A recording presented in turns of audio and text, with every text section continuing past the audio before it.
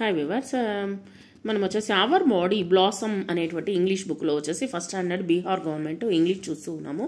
10 little fingers, 10 little toes, 10 little ears, 1 little nose. 10 little fingers అంటే వచ్చేసి చిన్న చిన్న ఫింగర్స్, చేతులు అనమాట, పిల్లల యొక్క చేతులు. 10 లిటిల్ టోస్, కాళ్ళ యొక్క చేతులు పిల్లలకి.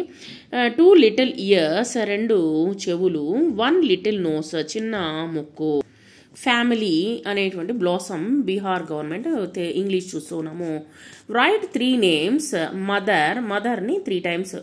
ఇవి ఇచ్చినటువంటి పదాలు వచ్చేసి 3 టైమ్స్ ఒక్కొక్కటి నేర్చుకుందాం. ఫ్యామిలీలో ఎవరెవరు ఉంటారు? అమ్మ, నాన్న, ఫ్రెండ్, అక్క, చెల్లెలు, తర్వాత తమ్ముడు, తర్వాత వచ్చేసి ఇంకా వచ్చేసి బాబాయి, పిన్ని వాళ్ళు ఉంటారు. సో ఇక్కడ వచ్చేసి ఇచ్చినటువంటి వాటిని మనము చూద్దాము. Mother, MOTHER, mother. Father, FATHER, father. Sister, SISTER, sister. Brother, BROTHER, brother. Uncle, UNCLE, uncle. Aunt, AUNT, aunt. Mummy and papa, mummy అంటే అమ్మ, పాప అంటే నాన్న. Mummy and papa come to me, మీరు ఇక్కడికి నా దగ్గరికి రండి. ఐ లవ్ యూ, నేను మిమ్మల్ని